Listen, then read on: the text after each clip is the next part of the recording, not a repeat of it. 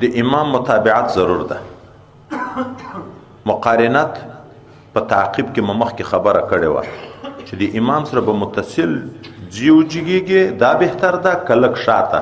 نن سبا فتوا په کومه وه؟ په دا شاته صحابینو په قول باندې وه که نه تعقیب چې خلک تیواري دي سبقت کوي. اوس د سبقت وعید ذکر کوي. څوک چې د امام نه مخکې رکوع ته لاړ، څوک چې د امام نه مخکې سجدې ته لاړ، څوک چې د امام نه مخکې سر پورته کوي، نو نبی کریم صلی الله علیه وسلم دا سړی نه ډارېږي په دې چې خدای به سر د خره کړي.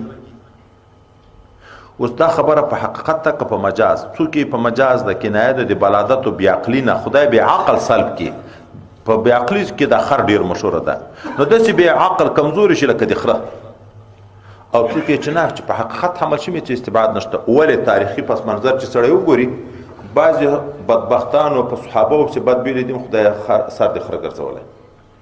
چا د والدینو بې حرمتي کړې ده، خدای سر د خره ګرځولی. چا د امام نه مخکې سر چې کړی ده، خدای سر د خره ګرځولی. نو هېڅ بعیده نه ده، هېڅ بعیده نه ده. مخکې مو ویلي مسخه کلي نشته، مسخه جزي خو شته چې د دغه عمل چې د امام نه مخکې او شاته جي، خدای دې دا سزا ورکړي په دنیا کې. نور مو مخکې ویلي و، دلته خو دواري تفصیل نه ده راګرځولی. که د امام نه مخکې دومره لاړ چې امام یې رکن ته ورتلو، دی بېرته تر منتقل شو بل رکن ته، سره شریک بیخي نه شوه، بیا خو لمونځ بیخي فاسده صحیح نه ده.